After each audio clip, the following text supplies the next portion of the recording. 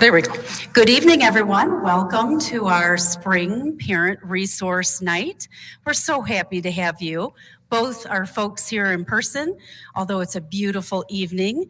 You are the souls who chose the better idea, right, to come in person. But we welcome and we're so happy to have our viewers at home as well. So it's nice to have that option. With that, a big thank you to technology who have been here this afternoon for a better portion of the day to ensure we have options for in-person learning and collaboration as well as for our at-home viewers, and then also recording. So you'll hear, as a reminder, we have the 6 breakout sessions, and you are like me. I know you want to hit all 6 great, very different topics.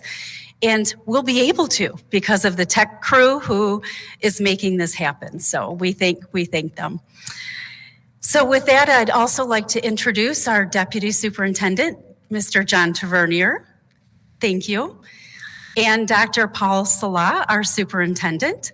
And in just a moment, he's going to come up. But just a couple words. These are our leaders who have not only supported this important work prior to the pandemic, but also through it, and continue to embrace and recognize the importance of social emotional learning, and not just for our students, our staff, but our caregivers and our broader community. So we thank them for that. I'd like to invite Dr. Salah to the podium to say a few words.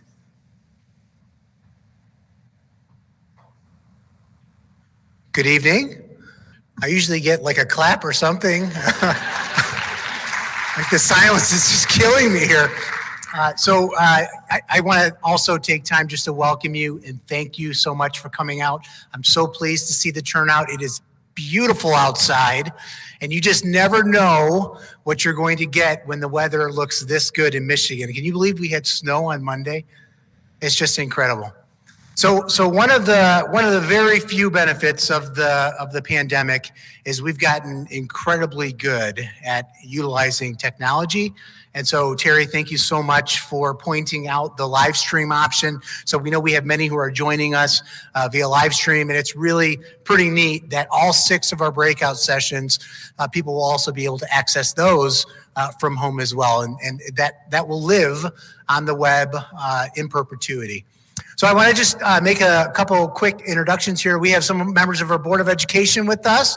Denise Pastana in the back. Denise, wave here. Let's give it up for Denise Pastana. Denise is our board treasurer. And I see Laura Dodd. Laura Dodd, our trustee, is back there as well. Let's give it up for Laura. And then, of course, Denise Forrest, our vice president, is back there as well. Let's give it up for Denise. Thank you for being here. Really appreciate the support of our Board of Education. One of the reasons we've sort of resurrected, if you will, this Parent Resource Night, because we've had this in the past.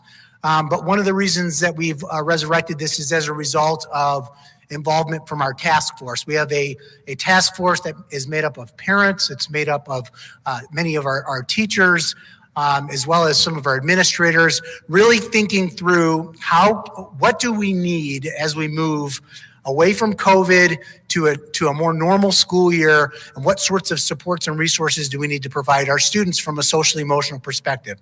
And one of the things we heard loud and clear from our parents is, as parents, we need support to know how to support our kids. And so that's really the genesis or the rebirth of this event and why we're here today. And so before I turn it back over to Terry, I'd be remiss if I didn't just take a moment and thank our Student Services Department, as well as, in particular, our social workers. We have several social workers in the audience here today.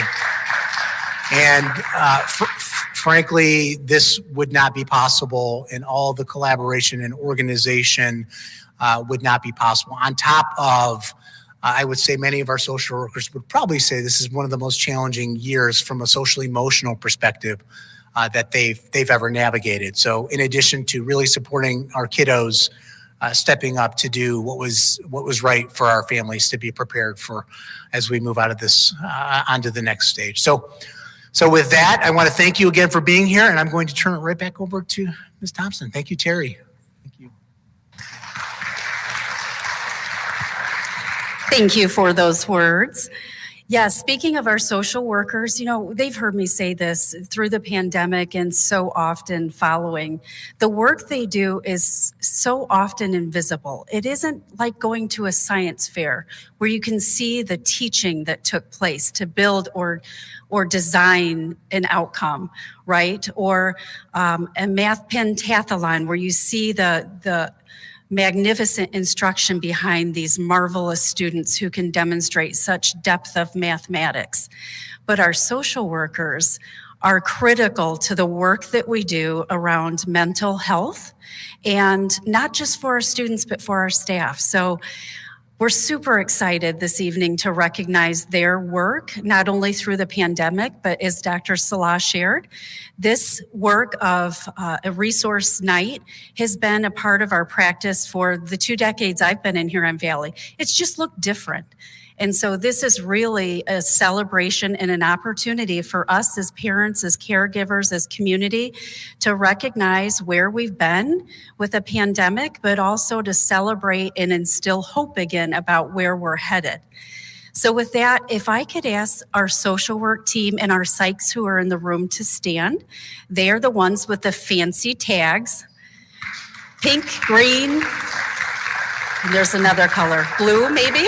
So these are the folks, thank you team. These are the folks that you just saw as you transition about the building using your map to find the room or the space you want to go and learn and collaborate with. If you get turned around, look for our friends with the flashy tags, okay? With that, we're going to move forward right on time to our keynote, which we've all been looking forward to. So many in the room know Dr. Rooney through her practice here in Milford. Dr. Rooney is a graduate of Michigan State University and has done extensive work in the area of marriage and relational building.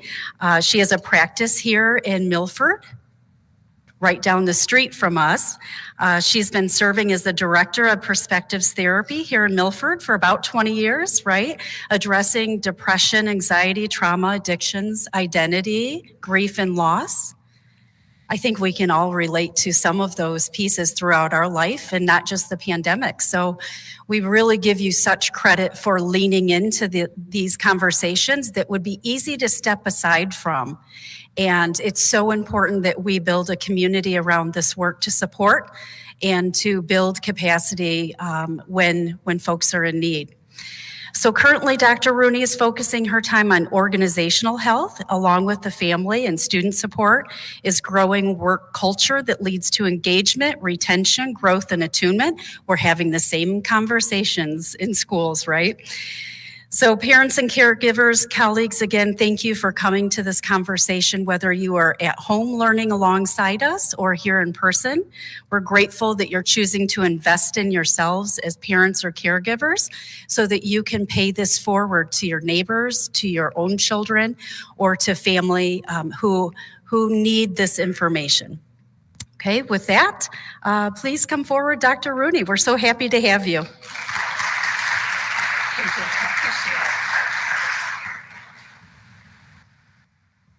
Okay, I have to tell you, I already feel like I'm around my people. So thank you for helping me bring my anxiety down.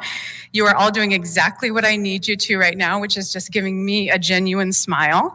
I always tell folks when I do some public speaking, if you put a microphone in my hands, I'm going to fill some time. This is my favorite place to be.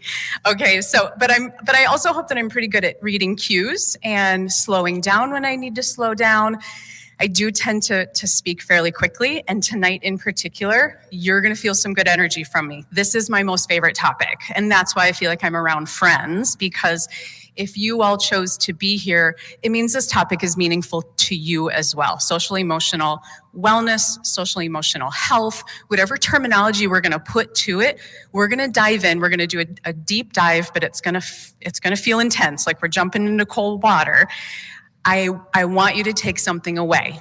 Our time is really valuable. And I know that you're investing in being here with all of us tonight. So it was my mission when I was pulling this content together to make sure that I gave you some nuggets, something that you could put in your back pocket and use as soon as you got home tonight. All right. So I want it to feel really practical, really user friendly. So let's get started. Okay, I'm going to start with just a little bit of who I am. Terry did a great job introducing me. I am a mental health provider. More importantly, probably me standing in front of you this evening, I'm a mom of 4 boys. Yes, yes. It was not long ago that I could say I had 4 teenage boys. Now I have successfully launched 2 of those sons, and you'll get to hear a couple stories about them later tonight. But that probably, I need to add that to my curriculum vitae at this point, my resume, because they've put me through more than grad school did. Okay, when I think about social emotional health and wellness, I started out by thinking, okay, what's our hope tonight? And then I redid that. We're not going to sit here and wish together. That's a waste of our time. I don't like wishing. I like action. And so I'm going to say, what is our mission tonight? And so that's where we're going to start, is sort of a working definition of me sharing, how do I see social emotional health? And so let's go through this together. I'm making the assumption all of this is going to be what brings us together, that we have a lot of moms in this room. We share these. These are our values. These are our goals together. This is going to be our mission. And so I'm asking you to join me on this journey. So we all want to raise humans that are self-aware. Okay, so if we're self-aware, it means that I know when I'm nervous. I know right now that my heart rate is a little bit higher, and I know what I need to do to calm that down. I need to talk a little slower. I need to breathe a little bit more rhythmically. If I'm self-aware, then I am probably other-aware as well. Those 2 things together are really powerful when it comes to social emotional wellness. I'm both self-aware, but I'm also tuned into what's happening in my environment. And that other awareness, you're going to hear that defined oftentimes as empathy. We want to raise humans that have empathy. They're able to see other folks, what they have going on, put themselves, right? Here's a common definition of empathy: put themselves in their shoes and see if they can relate. We're also here to raise humans that are respectful. Hopefully this goes without saying or too much of a deep dive. I'm motivated to raise humans that are internally motivated. So in our house, how I've structured things is I don't give rewards for doing chores, because that's part of being in our family. That's part of being a functioning family member. And so my goal with that has always been that there's other intrinsic rewards that come along with contributing and helping. So internal motivation is really important. I want children who will take care of studying on their own, and I don't have to bribe them to do that. I don't have to keep nagging them to do that. There's sort of an internal fire that they have. That's also part of my goal as a mom, as a caregiver. I want to raise humans, and I assume you do, that are able to manage their emotions. In my world, the technical term for this is emotional regulation. This basically just means that when your emotions elevate, and they elevate quickly, that you're able to recognize this is what's happening, go back to being self-aware, and acknowledging, I have something going on right now, and then pulling it back down. Capable of making responsible decisions. Decisions are incredibly important, both short-term and long-term decisions. Remember, I talked about having 4 teenage sons.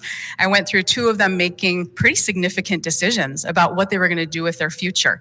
I did not agree with all of those decisions, but I also know that the most respectful and kind thing that I could do was to hear them out, and then we could have a dialogue about it. We could have a conversation. There's that mutual respect that we wove into those conversations. And in the end, at least at this end, they did great. They made some pretty darn good decisions that I would not have made for them, by the way. We want to raise humans that are able to stand up for themselves, period, and then also stand up for others. I have to tell you, this is probably my bias of all of the sort of capabilities that we're going over tonight, or character traits. This is the one. This is the one that I try to really hit home with my children. I think that this is incredibly important. It's about establishing boundaries. What will you accept? What will you not accept when it comes to treatment from other people? And then standing up for folks that need a voice when they don't have a voice. We want to equip our young folks to resolve conflicts effectively and non-violently. So I intentionally left a word out here. Notice I didn't put efficiently, okay? I'm not putting a time frame on this one. I don't care how long it takes to resolve a conflict. It sometimes takes a minute, right? If you're in a marriage or a relationship, it takes a minute, sometimes a few. That's okay. Here we're going to focus on both the process and the outcome. When we talk about conflict resolution, don't just jump ahead to the outcome. Then I think we miss a whole lot of goodness with that dance of what does it look like to compromise? What does it look like to give and take? Calm ourselves down. Oh, we want to raise humans that positively contribute to relationships, not just takers. Okay, not just folks that are looking at what am I going to get out of this? That's important as well. We want their needs to be fulfilled, but we also want our students. I'm in a school. My language translate. We want our children, our youth, to think about how am I giving in this relationship? Because we all can probably relate. The more we give, what happens? The more we get. Yeah. We want to raise humans that are able to understand stress, handle stress, and then move through change with ease. We could talk about that all night long. Here we could talk about the effects of the pandemic, right? Like, this is what I have marveled in, if I'm being really honest with you, over the last 2 years in watching our young people sometimes teach us as adults how to move through this with grace. And gosh, let's end with a simple one, to be kind. And that's not always simple. It's not always easy in our world. I think with social media in a place where it is right now, people can be very unkind and have very few consequences to that. And so I'm talking about real world kindness, genuine kindness. And of course, we're going to talk about how to teach and move through all of these elements. Okay, so if I'm talking to caregivers, I know that you have been given care in your world. If we're going to talk about parenting, allow me to be a therapist for a moment. We first need to talk about being parented. So we got to go backwards. I'm only going to throw out some questions tonight for you to start marinating on. That is it. So we're going to spend one slide on just revisit some of the lessons that you had growing up. Use that as sort of your benchmark. Okay, this is the education I was provided. What do I want to replicate? And what do I need to redo? Sometimes we have to rip up that curriculum and start fresh, depending on what our own experience has been. And so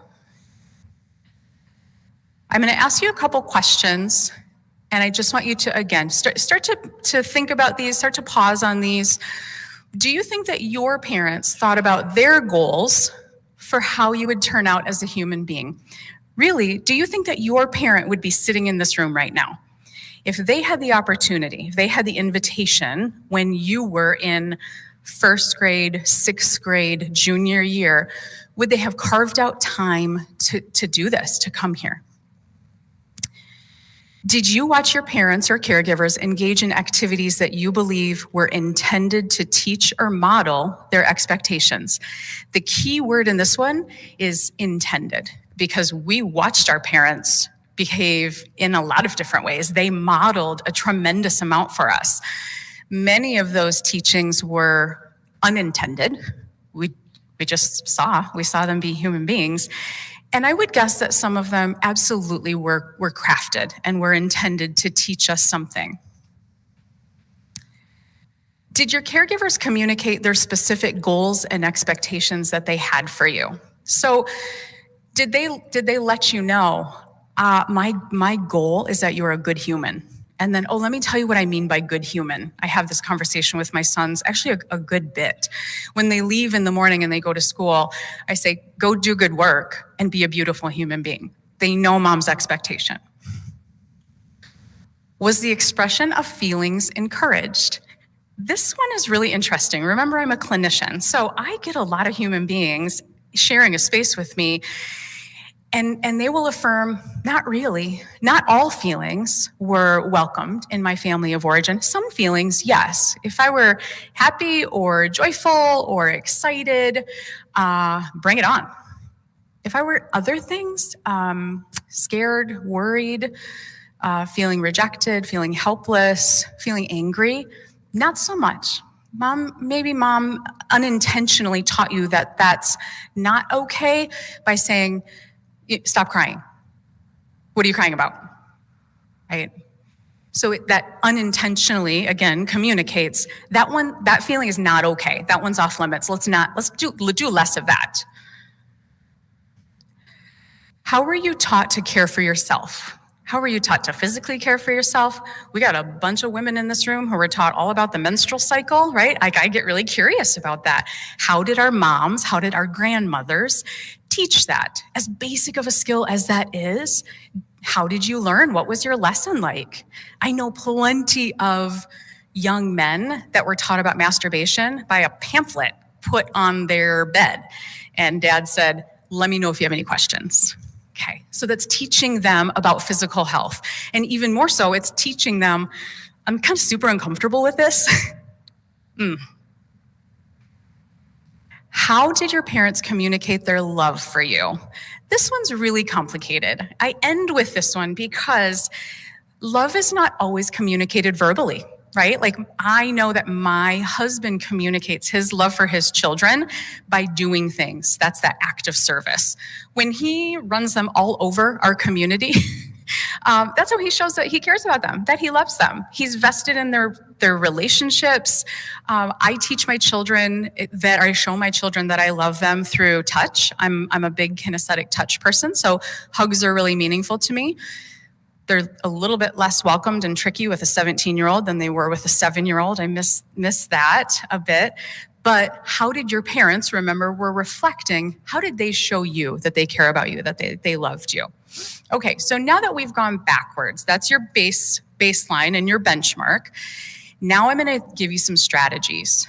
These are the nuggets that I had talked about. Okay, so our roadmap for this evening, I want everybody to know where we're going. We're going to first talk about feeling identification. I'm going to hit that one hard. Then I'm going to talk about my favorite concept of attunement.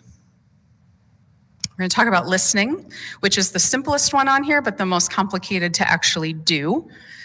We're going to talk about modeling. Everything that I've said so far, I want you to do more of, except number 5, I want you to criticize less. Respecting differences, and be a safe person or a safe place. So let's get started. This is one of my favorite, I don't know if this is a graphic or a meme, whatever we're going to call it. I love this one. Beneath every behavior, there's a feeling. Beneath every feeling is a need. When we meet that need, rather than focusing on the behavior, now we're dealing with the cause, not the symptom. If we imagine that this is a story, just a tiny snippet of a story, there are 3 characters in this story. The first character, very loud, very boisterous, oftentimes gets a lot of attention. Behaviors, that's our first character. Second character, feelings. Feelings doesn't pop up and name itself very often. You can tell that feelings are there, but it's a little bit more mysterious if I'm going to frame this as a character. And then needs. And needs is who we all want to know as a character. We want to get to, but it really takes a lot of digging to get to needs. It is very unlikely that your 9-year-old or your 16-year-old is going to be able to verbalize what their need is to you. Please don't expect that. It's not going to happen. Developmentally, hell, I can barely do that as a 44-year-old, okay? It's hard to identify what your needs are in the moment. When we look back, easier, but when we're charged with emotions, it is a very difficult task to do. Kind of same thing with feelings, y'all. Feelings are very hard to identify in the moment when we're flooded. Now, what gets us closer to being able to do that is if we have the language to put to them, okay? So I'm going to advocate hard for this one. I want language around feelings for our young people. It is far too often that I get 50-year-olds and 60-year-olds and 70-year-olds who really don't know much emotional language other than mad, sad, glad. Not okay. Not okay. We're far too complex as humans to not know and not be able to identify that, oh, that was that feeling. I just felt rejected. Yeah, that's rejected. That's not sad. That's different than sad. But we're going to start young, okay? So when I say start young, I mean 2 years old. This is when we're starting to talk about good touch, bad touch. Put this on your radar as well, as a parent and as a caregiver. We're going to be proactive in teaching emotional identification. I love these 10. These 10 are my favorite. So the only one I would change is probably mad. I don't really use the word mad. I think anger is better, or angry is a little bit more descriptive. But this feeling chart provides appropriate feeling language for our young children. I take a developmental perspective, and what that means is this is a lesson that continues, just like sex ed. Sex ed is a developmental perspective. What we talk about with our children when they're 5 in terms of sex education changes over time, and those conversations are going to look very different with our 15-year-olds. Actually, so does identification of feelings. And so I know this is going to be hard for you to read, but go home and Google this, because there's a lot of really great feeling charts out there. What I want is ideally for your children to not say, I feel scared, but I feel helpless. I feel ashamed. I feel guilty. Those are those next level feelings that change with developmental progress. Having that language, y'all, it's empowering. It's empowering to be able to label, oh, that's it. That's that sensation. That one lives in my gut, whereas this sensation lives in my head. It's very cerebral for me. Once they tune into these, go back to self-awareness, they're going to be much more capable of managing those feelings and getting through life much, much easier. That's why I advocate so hard for this. As a child grows, so should their vocabulary. We want them to have a lot of words to identify their feelings. Self-awareness of emotions is a fantastic way to build emotional intelligence. And before a person can effectively manage their emotions, they need to know what that emotion is. It's a really simple concept, but it works. Okay, this is my most favorite concept, attunement. So I'm a relationship therapist. I'm a relationship expert. Attunement means to be tuned in. I love the simplicity of it. Now, to be tuned in actually takes it's a crafty sort of practice that we all have to develop. And so this is to be aware of, and it's to respond to someone else's needs. That's a 2-part dance. That was a 2-stepper. To be aware of first, and then to respond to. Okay, so it's sort of a cognitive piece, and then it's an action piece. And again, it's to be tuned in. Now, I want you to tune into those 2 characters that we talked about earlier. Don't focus so much on the behaviors. They're a distraction, okay? Are they important? Yes, of course they're important, but don't spend more time on the behaviors than you do on the other 2 characters. Trust me, the outcome is going to be better. So tune into the feeling, tune into the need. When you're tuning into the feeling, what I always recommend is don't make assumptions that you know what the feeling is. Ask a few questions. I actually really love it when I'm sitting with a client and I ask, it seems like you're feeling uneasy about this. And they'll say, no. And that's when I sort of smile internally, good, disagree with me, because now I want you to correct me. If it's not uneasy, what is it instead? And don't hesitate to pull out a feeling chart. I know that feels really lame and your kids are going to roll their eyes at you. Do it anyways. I have one usually at my fingertips because it's my cheat sheet. It helps me because I can't keep 118 feelings top of mind. And they may, so I think in this room, probably what we have is we all have our top 6, top 8 feelings that come really naturally to us. I have my top 6 cognitive distortions that also come really naturally to me. My kids have different ones. And so I don't want to put my feelings onto them. They may never use the word uneasy. So my husband is here and he would say, "Hun, your word is angsty." It is. When I have some feels going on, I will usually start with, I'm feeling angsty about that. Now that is a horrible ending point, but at least I'm communicating there's something going on for me right now. And then I need to hone in on, okay, what does angsty really mean? Anger's another one. If your kiddo tells you I'm feeling angry, it's okay. You can live in anger for a minute with them.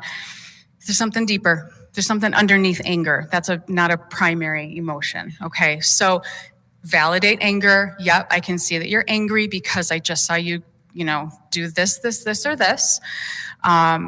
Sometimes when I'm feeling angry, I actually am really feeling quite sad or quite scared. And so I'll give them some examples to make sure that they know, here's my modeling that I'm going to talk about in a second. It's okay to feel angry and something else, right? Emotions are really complex. Usually I feel about 6 of them at the same time. They don't have to choose just one. We can do a multiple choice. Okay. Attunement. There's one researcher in particular, Dr. John Gottman. Dr. Gottman has spent 30 years of his life studying relationships. He's a powerhouse in the research arena, and he came up with this idea of love mapping. I love love mapping. It's just a really neat way to conceptualize what do we mean by attunement? What does that process look like? And so it has a few different elements. The first one is being curious. And I already know, since y'all are sitting here with me or you're tuned in, you're a curious bunch. So we have that one checked. When you're curious, usually you ask questions. You want to know more about something. You're going to dig a little bit. And so as you dig, you're going to get to know your child's preferences. What are their quirks? How do they think about things? Big things and little things. What are their dreams? What are their fears? As you ask those questions, a really important part of love mapping is you're going to file the information away. Okay, I need it to be kind of at your fingertips. You're going to know that about your child, because then you can organically bring those things up in your experience with them, in your engagement with them. So when they share intimate information, it's going to guide conversation. Let me give you an example of love mapping. Very basic love mapping, but it's important. Asking your child, who do you sit by at lunch today? Don't you love that we have lunch together again? We can talk about that.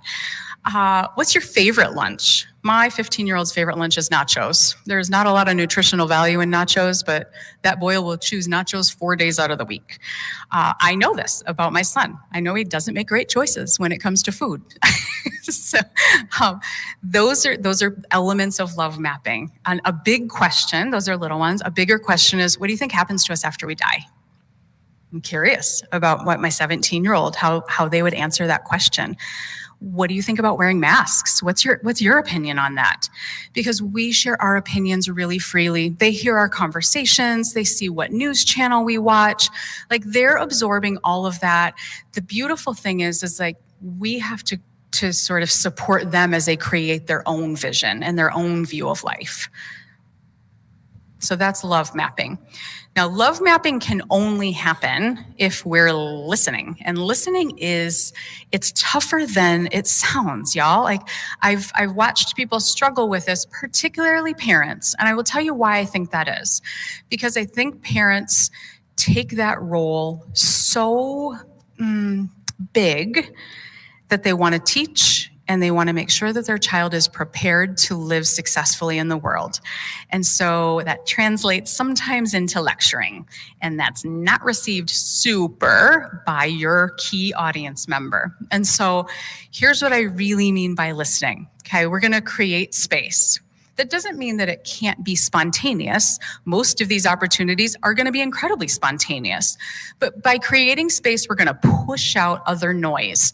If I'm in the car with my son and we're driving home from basketball practice, I'm going to turn the radio down a little bit, unless there's a song that I know he loves because I have love mapped him. Then I'll crank it up. But otherwise, I'm just going to get rid of the background noise so he has an arena where he can speak openly and I can listen. So that's creating space. We need to talk less and listen more. We need to talk less. Some of us struggle with silence. I'm asking you to be okay with silence. It's going to feel awkward at first, but if you have a child that's a bit of a slower processor, some of us, many of us are slower processors, you know how valuable airtime is. Because they can't think on their feet. It doesn't happen so quickly for them. And if you fill that silence, you're really stealing their voice from them. Don't do that. Don't steal their voice.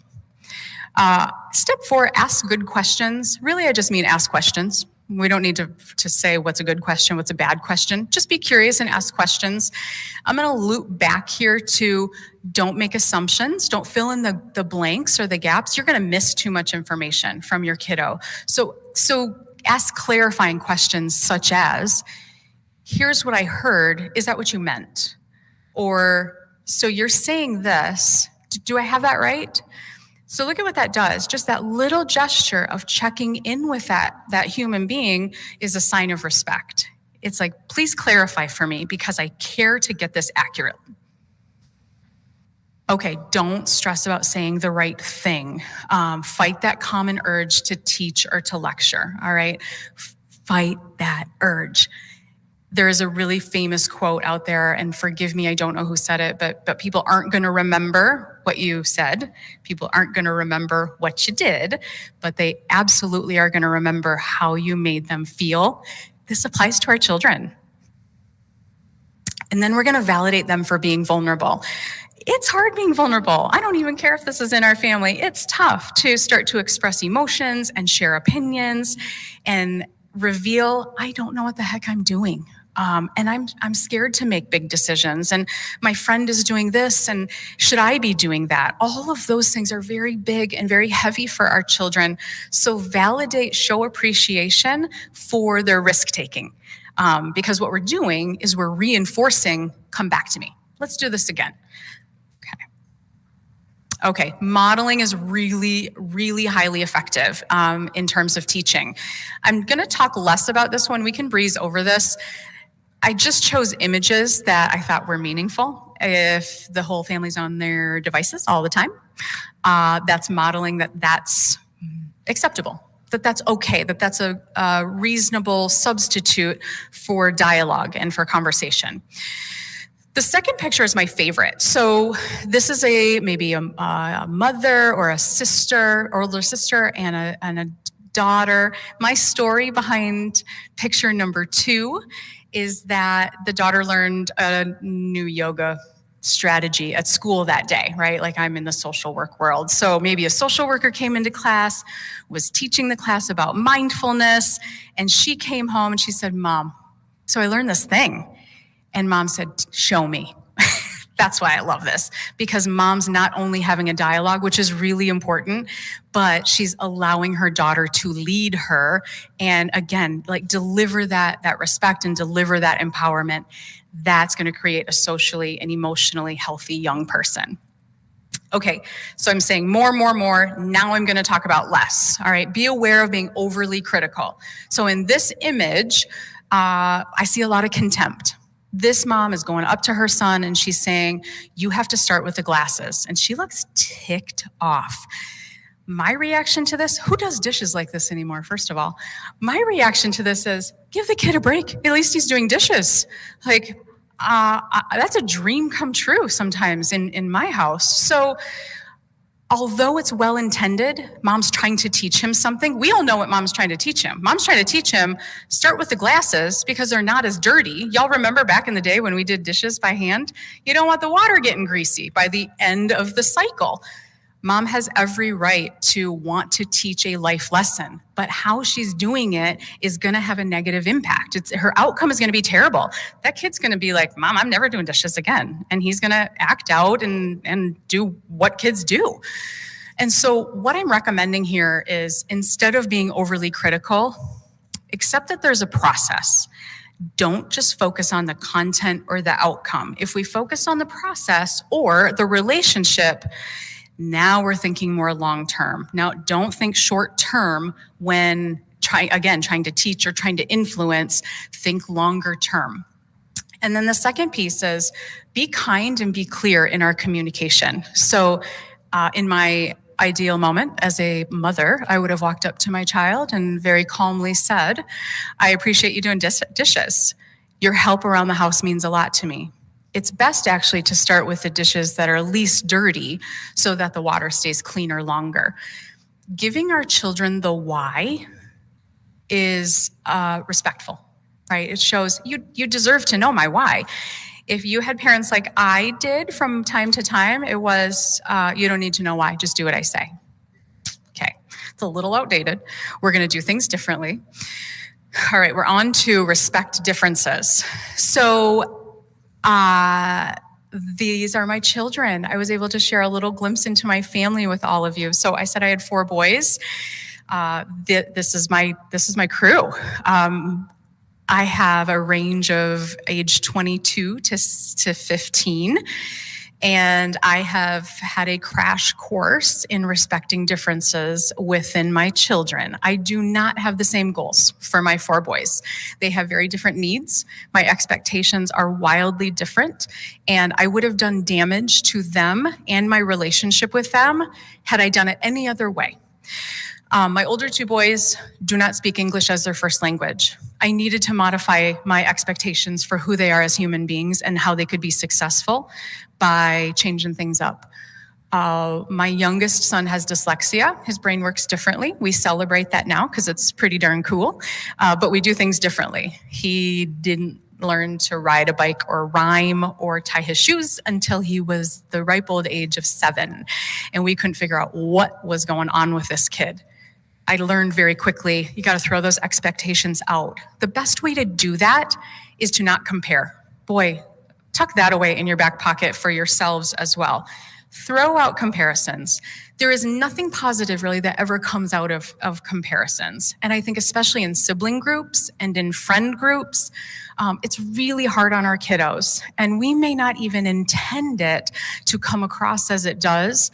But if your child is, let's say, on an athletic team, and you give a lot of accolade to one of the players, you don't know what your child could be interpreting from that. Your child could hear, Mom thinks he's great and I'm not great. Now that may not be what you said, by the way, but our kids start to hear comparisons even if we don't intend them. So start to really, again, tune into and be intentional not to compare and to let your kiddos know you're my favorite. All right, this is my wrap-up slide. I want us all to be a safe person. Safety is a concept in emotional health that I think is really meaningful. So when we're safe with someone, when we feel safe, we're much more likely to open up and show that person who I really am. That's what we want for our children. So we're going to throw shame out the door. That's not going to be part of our parenting. And how we do that is we just go into our relationships knowing mistakes happen. Feelings and big feelings happen, and there's no such thing as good feelings or bad feelings. They all count. And we all have bad days. I realized at one point in my parenting that I expected my children to be kind of superhuman. And when they were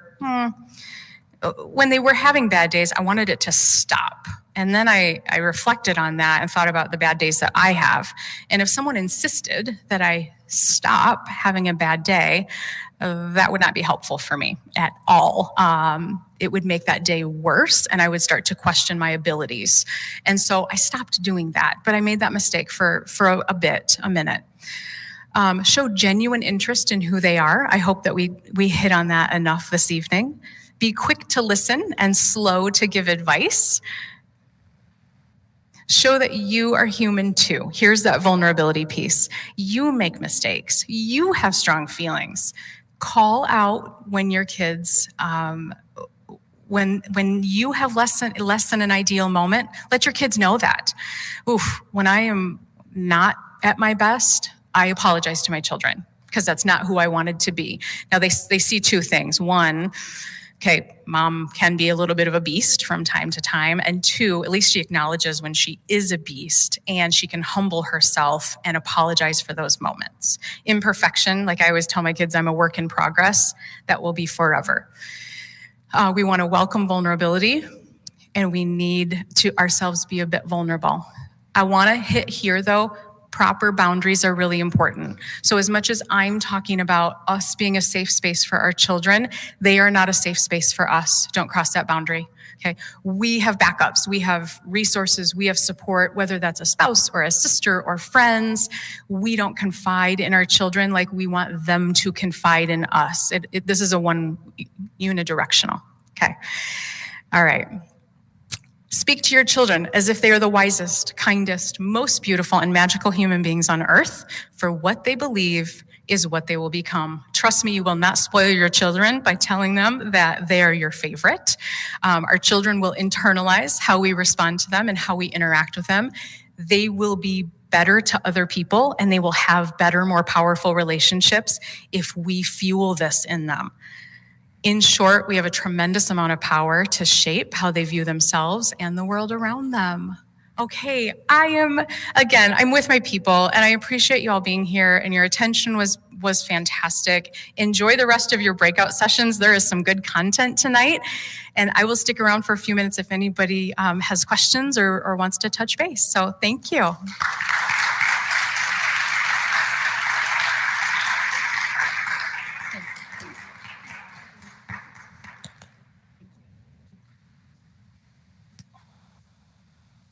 Thank you, Dr. Rooney. Some great takeaways, even, I tell you, from being in the field for 30 years and a mom of 3 children myself, I have